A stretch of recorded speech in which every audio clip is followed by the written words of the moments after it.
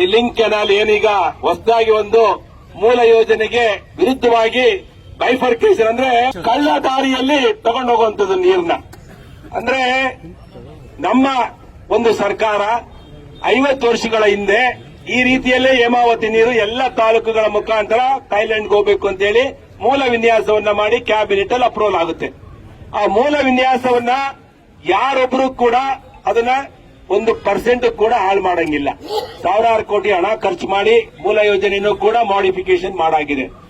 ಇವತ್ತು ನೀರು 2 ವರ್ಷದಿಂದ ಸತತವಾಗಿ ಕುಣಿಗಲ್ಗೆ 3 TMC ನೀರು ಹೋಗಿದೆ. ಕುಣಿಗಲ್ಗೆ ಅವರು ನಮ್ಮ ತಾಲೂಕಿನವರು ಮತ್ತೆ ನಮ್ಮ ಜಿಲ್ಲೆಯವರು ಕೂಡ ನಮ್ದೇನು ತಕರಾರಿಲ್ಲ. ಕುಣಿಗಲ್ಗೆ ನೀರು ಕೊಡಕ್ಕೆ 3 TMC ನೀರು ಕೊಡಕ್ಕೆ ಯಾವ ದೇವ್ರ ಮುಂದೆ ಬೇಕಾದ್ರೆ ಪ್ರಮಾಣ ಮಾಡ್ತೀವಿ, ನಮ್ದು ಏನು ತಕರಾರಿಲ್ಲ.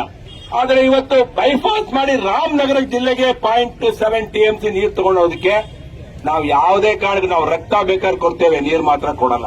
ನಾನಿವತ್ತು ಸರ್ಕಾರ ಕೇಳ್ತಾ ಇದ್ದೇನೆ,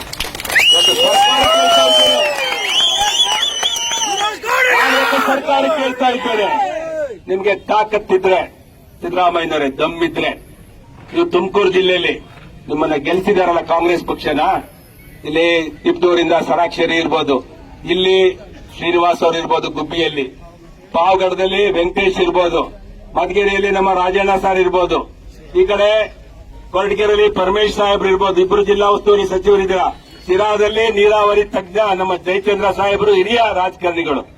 ನಾನೆಲ್ಲರಿಗೂ ರಂಗನಾಥವ್ರಿಗೂ ಸೇರಿ ನೀವೆಲ್ಲರೂ ಏನಪ್ಪಾ ಏನು ಸರೆಂಡರ್ ಆಗ್ಬಿಟ್ಟಿದ್ದೀರಾ, ನೀವೆಲ್ಲ ಯಾಕೆ ಜಿಲ್ಲೆಯಿಂದ ಮಾತಾಡ್ತಿಲ್ಲ? ನಮ್ಗೆಲ್ಲ ತುಂಬಾ ನೋವಿದೆ. ನಿಮ್ಮನ್ನೆಲ್ಲ ಆಯ್ಕೆ ಮಾಡಿದ್ರಲ್ಲ ಜನ, ನೀವು ಧ್ವನಿಯಾಗಿ ನಿಂತ್ಕೋಬೇಕಲ್ಲ ಜನಗಳು. ಜನ ವೋಟ್ ಹಾಕಿದ್ದಕ್ಕೆ ನೀವು ಶಾಸಕರಾಗಿ ಮಂತ್ರಿ ಆಗಿರೋದು. ನಾವು ಪರಮೇಶ್ ಮನೆ ಮುಂದೆ